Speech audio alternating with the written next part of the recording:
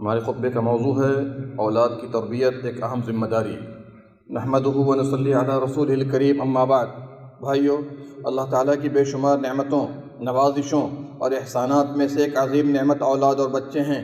اس نعمت کی قدر ان لوگوں سے پوچھ کر دیکھیے جو اس سے محروم ہیں۔ وہ اسے حاصل کرنے کے لیے اپنا قیمتی وقت اور کتنی دولت و محنت صرف کر چکے ہیں اور مزید خرچ کرنے کو تیار ہیں۔ اولاد اللہ تعالیٰ کی امانت ہیں۔ قیامت کے دن والدین سے ان کے بارے میں باز پرس ہوگی۔ آیا انہوں نے اس ذمہ داری کو محسوس کر کے اس امانت کی حفاظت کی تھی یا اسے ضائع کر دیا تھا؟ یہی اولاد جو ہمارے لیے زینت اور آنکھوں کی ٹھنڈک ہیں، اگر دین اسلام پر ان کی تعلیم و تربیت نہ کی جائے اور انہیں اچھے اخلاق نہ سکھائے جائیں تو یہ رونق و جمال بننے کے بجائے دنیا و آخرت میں وبال بن جاتے ہیں۔ رسول اکرم صلی اللہ علیہ وسلم نے فرمایا، تم میں سے ہر شخص ذمہ دار ہے اور اس سے اس کی رعایا کے بارے میں باز پرس ہوگا۔ مرد اپنے گھر کا ذمہ دار ہے اور اس سے اس کی رعایا یعنی بیوی بچوں کے بارے میں سوال کیا جائے گا۔ رواہ البخاری و مسلم۔ قرآن کریم میں اللہ تعالیٰ نے نیک و بد دونوں طرح کے بچوں کا نمونہ ذکر کیا ہے جس میں ہمارے لیے سبق ہے۔ نیک بچوں کے نمونوں میں ابراہیم و اسماعیل علیہ السلام کا ذکر، برے بچوں میں نوح علیہ السلام کے بیٹے کا ذکر درس عبرت ہے۔ اولاد کی امانت ایک عظیم ذمہ داری ہے جس میں کوتاہی کرنے یا ضائع کرنے سے اللہ نے خبردار فرمایا ہے۔ ارشاد باری ہے، اے ایمان والو، اپنے آپ کو اور اپنے اہل و عیال کو اس آگ سے بچاؤ جس کا ایندھن آدمی اور پتھر ہے۔ سورہ تحریم آیت نمبر 6۔ اپنے بچوں کو مفید تعلیم دینے سے غافل اور انہیں بے مقصد چھوڑ دینے والے والدین انتہائی برے انجام سے دوچار ہوتے ہیں۔ تجربہ شاہد ہے کہ اکثر اولاد اسی طرح بگڑتی ہے۔ والدین انہیں بچپن میں دین کے فرائض و احکام اور سنن و واجبات نہیں سکھاتے، چنانچہ وہ بڑے ہو کر خود بھی کسی لائق نہیں رہتے اور اپنے والدین کو بھی کسی طرح کا فائدہ نہیں پہنچا سکتے، بلکہ ان کے لیے الٹا درد سر بن جاتے ہیں۔ قابل مبارکباد اور لائق ستائش ہیں وہ والدین جو اپنے قیمتی اوقات میں سے کچھ وقت اپنے بچوں کی تربیت پر صرف کرتے ہیں، اپنے گھروں میں اپنے بچوں کے سامنے قرآن و حدیث اور سیرت رسول صلی اللہ علیہ وسلم پڑھتے ہیں، ان کے درمیان اسلامی ثقافتی اور علمی مقابلے رکھتے ہیں اور حفظ قرآن پر انہیں انعامات سے نوازتے ہیں۔ جو بد نصیب والدین اپنے بچوں کی تربیت میں کوتاہی کر رہے ہیں، بعد میں انہیں اپنی اس بھیانک غلطی کا احساس ہوگا، لیکن اس وقت ندامت اور پچھتاوے کا کوئی فائدہ نہ ہوگا۔ لہذا ابھی سے انہیں ہوش کے ناخن لینا چاہیے اور بچوں کے تابناک مستقبل کے لیے ہمہ تن لگ جانا چاہیے۔ نبی رحمت صلی اللہ علیہ وسلم بچوں اور جوانوں کی تعلیم و تربیت میں ہمیشہ کوشاں رہتے۔ انہیں بخوبی معلوم تھا کہ یہی مستقبل کے درخشاں ستارے اور قوم و ملت کے پاسبان ہوں گے۔ چنانچہ آپ صلی اللہ علیہ وسلم نے ایک مرتبہ عبداللہ ابن عباس رضی اللہ عنہما کو سواری پر سوار کر کے فرمایا، اے بچہ، میں تمہیں چند باتیں سکھاتا ہوں، اللہ تمہیں اس سے فائدہ پہنچائے گا۔ اللہ کے دین کی حفاظت کرو گے، اللہ تمہاری حفاظت کرے گا۔ اللہ کے احکامات کی حفاظت کرو گے، اسے اپنے سامنے پاؤ گے۔ جب بھی مانگنا ہو اللہ سے مانگو اور جب بھی مدد طلب کرنی ہو اللہ سے مدد طلب کرو۔ رواہ ترمذی۔ عمر بن ابی سلمہ رضی اللہ عنہ فرماتے ہیں، میں نبی صلی اللہ علیہ وسلم کی گود میں پرورش پا رہا تھا اور میرا ہاتھ کھانے کے برتن میں ادھر ادھر چکر کاٹ رہا تھا۔ نبی رحمت صلی اللہ علیہ وسلم نے فرمایا، اے بچہ، اللہ کا نام لو، دائیں ہاتھ سے کھاؤ اور اپنے سامنے سے کھاؤ۔ رواہ مسلم۔ ان دونوں حدیثوں پر غور کرنے سے معلوم ہوتا ہے کہ بچپن سے اولاد کی تربیت ضروری ہے۔ اللہ کے بندو، جب آپ کو اپنے بچوں میں کوئی نازیبہ حرکت یا بد اخلاقی نظر آئے تو سمجھ لیں یہ آپ کی تربیت میں نقص کا نتیجہ ہے، جیسا کہ آج بکثرت مشاہدہ میں ہے۔ اے والدین، آپ کے بچے آپ کی گردن میں امانت ہیں، ان کے بارے میں سوال کیا جائے گا، لہذا ہر ممکن کوشش کریں کہ انہیں صلاح و فلاح کی راہ دکھائیں، دنیاوی مصروفیات کو ان سے اور ان کی تربیت سے دوری کا سبب نہ بنائیں۔ بھائیو، تربیت اولاد کے تعلق سے چند اہم اصول ذہن میں رکھیے۔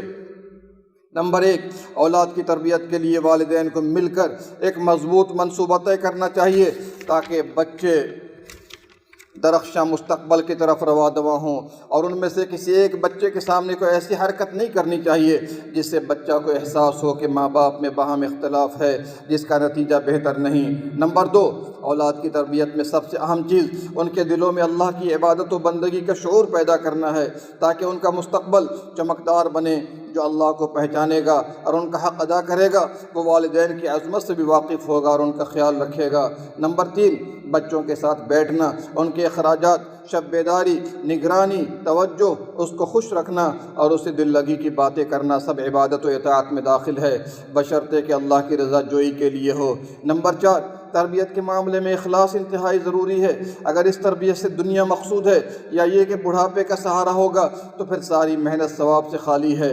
اگر والدین ان کے صرف دنیاوی پڑھائی پر توجہ دیتے ہیں اور دینی تعلیم و تربیت سے دور رکھتے ہیں تو یہ ان کے ساتھ خیانت ہے، اس کی بابت بروز قیامت سوال کیا جائے گا۔ نمبر 5، اپنی محنت و کاوش اور عملی جد و جہد کے ساتھ رب کریم سے دعا بھی کرنی چاہیے، جیسا کہ انبیاء کی سنت رہی ہے، رحمان کے بندوں کی صفات میں ہے۔ اے ہمارے رب، ہمیں اپنی بیویوں اور اولاد کی طرف سے آنکھوں کی ٹھنڈک عطا فرما اور ہمیں متقین کا امام بنا دے۔ سورہ فرقان آیت نمبر 74۔ دعا سے گمراہ ہدایت کی طرف آتے ہیں اور بگڑے ہوئے سدھر جاتے ہیں۔ نمبر 6، رزق حلال کا اہتمام کرنا چاہیے تاکہ بچوں کی صحیح تربیت ہو سکے، ورنہ حرام اور شبہ والے مال پر پلے ہوئے بچے عام طور پر ضائع ہو جاتے ہیں۔ حلال تھوڑا ہو، یاد رکھیے، حلال تھوڑا ہو اس میں برکت ہے، ہوش کے ناخن لیں۔ نمبر 7، خود عملی نمونہ پیش کرنا تربیت کے لوازمات میں سے ہے۔ اگر بچہ اپنے باپ کو بے نمازی دیکھے گا تو وہ خود نماز کا پابند ہو سکے گا؟ اگر بچے اپنی ماں کو فلمی گانے سننے اور جھوٹ بولتے ہوئے پائے گی تو کیا وہ اس سے دور رہے گی؟ جب ماں باپ نیک ہوتے ہیں تو اللہ تعالیٰ ان کی زندگی میں بھی اور ان کی وفات کے بعد بھی ان کی اولاد کی حفاظت کرتا ہے۔ نمبر 8، اولاد کی تربیت کے لیے ان کی نگاہ کڑی ہونی چاہیے، بالخصوص موبائل اور انٹرنیٹ کے وقت میں۔ کسے فون کرتے ہیں، کیسے میسج آتے ہیں اور کس کے آتے ہیں، ان کا فرینڈ شپ کس کے ساتھ ہے، توجہ بے حد ضروری ہے، ورنہ لڑکا اور لڑکی دونوں کے ضائع ہونے کا شدید اندیشہ ہے۔ جیسا کہ اپنے ملک کی 8 لاکھ لڑکیوں سے زیادہ نے غیروں سے شادی کر کے دین اسلام کو چھوڑ کر ارتداد اختیار کر لیا ہے۔ لڑکوں کی حالت اس سے مختلف نہیں، قیامت میں اس کی بابت آپ سے سوال ہوگا۔ نمبر 9، تربیت کی کامیابی کا ایک اہم عامل صبر ہے۔ بچے کی رہنمائی پر صبر، اس کے سوالات اور چیخ و پکار پر صبر، اس کی بیماری پر صبر، انہیں کامیاب مدرسہ تک پہنچانے میں صبر، جہاں قابل اور باصلاحیت اساتذہ پائے جاتے ہیں، بھلے ہی گھر کتنا دور ہو، مسجد تک نماز کے لیے لے جانے پر صبر وغیرہ، پھر کامیابی آپ کا قدم بوسی کرے گی۔ نمبر 10، کلمہ شہادت کے بعد سب سے اہم فریضہ نماز ہے۔ 5 وقت کی نماز کی ادائیگی بچوں کے دل میں اس کی اہمیت اور عظیم قدر و منزلت کا شعور و احساس بیٹھانا چاہیے۔ 7 سال کی عمر میں نماز کا حکم دیا جائے اور 10 سال کی عمر میں نہ پڑھنے پر اسے سزا دی جائے۔ جو اس عمر میں نماز کا پابند ہو جائے وہ بعد میں کبھی بھی نماز چھوڑ نہیں سکتا۔ آج عام طور پر لوگوں کا نماز سے منہ پھیرنا بچپن سے ان کا نماز نہ پڑھنا ہے۔ نمبر 11، بچوں کی خصوصیتی صلاحیتوں اور انفرادی امتیازات کی رعایت ضروری ہے۔ آپ دیکھتے نہیں کہ گھر کا ماحول اسلامی ہوتا ہے تو بچے بچپن ہی میں بہت سی صورتیں، دعائیں اور حدیثیں یاد کر کے دل میں اسلامی محبت جگا لیتے ہیں، جس کی شدید ضرورت ہے۔ اور جس گھر کا ماحول غیر اسلامی ہے اس میں بچے گانے، قوالیاں اور نظمیں یاد کر لیتے ہیں، ایسے بچے مستقبل میں وبال جان بن جائیں گے۔ نمبر 12، اللہ کی تعظیم، اللہ کی محبت اور اس کی توحید بچوں کے دلوں میں بیٹھانی چاہیے۔ عقیدہ کی غلطیوں اور شرک و بدعات کی محبت پر انہیں ٹوکنا اور سمجھانا چاہیے۔ اچھے کام کا حکم اور برے کام سے روکنا چاہیے۔ نمبر 13، برے اور بد اخلاقی بچوں کی صحبت سے دور رکھنا ضروری ہے۔ اسی طرح ان بچوں کے ساتھ بھی نہ رہے جو غلط افکار و نظریات سے متاثر ہوں، ورنہ گھر کے تمام افراد کے لیے درد سر بن جائے گا۔ نمبر 13، مربی پر ضروری ہے کہ غصہ پر قابو رکھے اور حد سے زیادہ لاڈ و پیار بھی نہ کرے، یہ دونوں بچے کے حق میں نقصان دہ ہے۔ اگر مار یا سزا کی ضرورت ہو تو ہلکی مار مارے اور چہرہ وغیرہ پر نہ مارے۔